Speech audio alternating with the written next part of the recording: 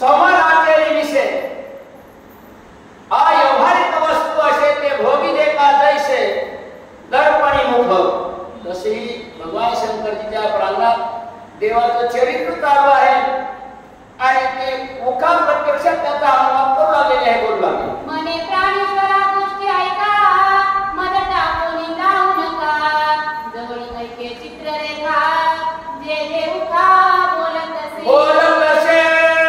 उखेनं बोलायला सुरुवात केलेली आहे आणि तिची दाशी असणारी चित्ररेखा जवळ होती तर ती बोलू लागली मला सोडून आता तुम्ही इथून जाऊ नका असं स्वप्नामध्ये किंवा आपण जसं उष्णत असते माणूस तसं ती उखा बोलू लागलेली आहे ही चित्ररेखा ऐकू लागलेली आहे सवेची अरुणोदय होत हा झाली जागृत तवशे जे नाही प्राणनाथ घाबरी पाही चौकडे सूर्योदय झालेला आहे आणि स्वप्न सरासरी लक्षात राहत नसते बरं पण राहतही असतं एखादं आणि ज्या वेळेला सूर्योदय झाला जागी झाल्याच्या नंतर मनामध्ये जे काही आपण बोललो ते प्रत्यक्ष तिला जाणवू लागलं पण त्या वेळेला उखा आपल्या मनामध्ये थोडी अंतर्मुख झाली आणि हास्यवर्धन केलेलं आहे मने उठे उठे प्राणनाथा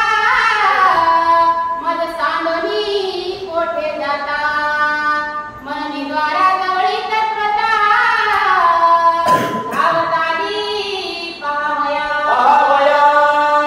आणि ते बोलणं चालूच होतं उखेचं मनामधला भाव आता अंतरीचे झाले शोभावे बाहेरी धरिताही परी न धरावे मनातला भाव होता त्या उखेचा आणि तसं स्वप्नामध्ये आलेलं होतं आणि ते प्रत्यक्षामध्ये जागृतीमध्ये ते अनुभव घेऊ लागले दाराजवळ आले आणि सांगू लागले बोलू लागले हे प्राणनाथा तुम्ही जाऊ नका असं मनातला भाव प्रकट करू लागलेले आहे कोण बाणासुराची मुलगी म्हणजे उखा भगवान शंकरजीची आराधना केलेली आहे आणि ते भगवान प्रसन्न झालेले आहे पार्वती मातेने तिला वर दिलेला आहे आणि त्या वराप्रमाणे जे काय वैशाख सुटे याला सांगितलेलं होतं तसं प्रत्यक्षामध्ये हे घडलेलं आहे तव कोठेची न दिसे काही मने चित्ररेखी करू काही हृदय पिटीचे समयी ताकी समयी शरीरमय आणि त्या चित्ररेखेला बोलू लागले आपल्या दाशीला सांग म्हणजे आता चित्ररेखे मी काय करू आता इथं काही दिसत नाही प्रत्यक्षात जो अपमान झाला जे बोलणं झालं त्याचा माणूस अजिबात नाही म्हणले आणि असं बोलून त्या उखेनं आपलं शरीर असणारं धन्यवाद चांगलेलं आहे चित्ररेखा मने सुंदरी काय झाले सांग धडकरी मनोनी सावरुनी पुढे धाडी अश्रू पुसिले नेत्रीचे त्या चित्रलेखात होती ती प्रत्यक्ष जवळ आली आणि तिने विचारणा केली माय काय झालं तुला असं का बडबड करतीस जवळ घेतलं तोंडावर हात फिरवला डोळ्याच्या अश्रू पुसलेले आहेत तिने उखा मने चारित्र हर शेजेवरी होता प्राणेश्वर रूप आठवते मनोहर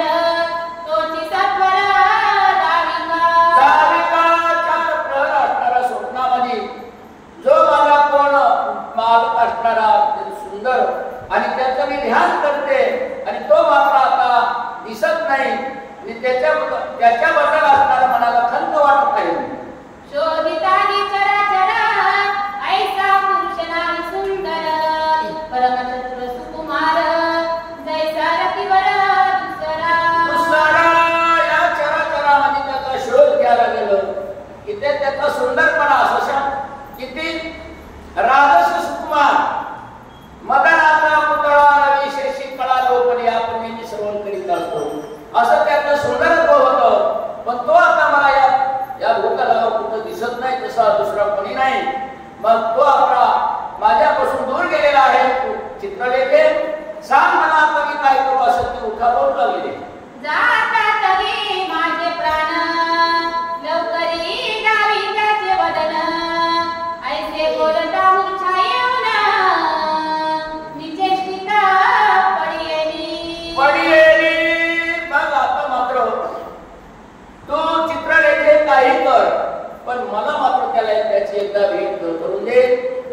जेणेकरून माझा प्राण असणारा या शरीरामध्ये राहील, नाहीतर त्याच्या विना माझ्या या शरीरामध्ये प्राण राहणार नाही. हे चित्रलेखे आणि तू लवकरात लवकर त्याचा उपाय कर असं बोलू लागले. मग शीतल उपचार ते अवसरी करवणी केली सावधती सुंदरी मने विचित्रे लिहिते भिंतीवरी त्रिभुवनीची प्रत्यक्ष. रामकृष्णाने तिचं नाव चित्रलेखाच होतं आणि चित्रलेखा असल्यामुळं अगदी तिनं मनातलं सांगितलं, हे ओके मी असणार या भूतलावर जेवढे जेवढे काय रूपवान किंवा सुंदर आहेत या सृष्टीवर आणि तेवढ्या त्यांचं चित्र काढीत राहते रडली. आणि तू मात्र पाहाय तुला जे काही चित्र ज्या किंवा त्या ज्याची भेट झालेली होती ते जर तुला या चित्रामध्ये दिसतंय का असं ती चित्रलेखा त्या उखेला बोलू लागलेली आहे.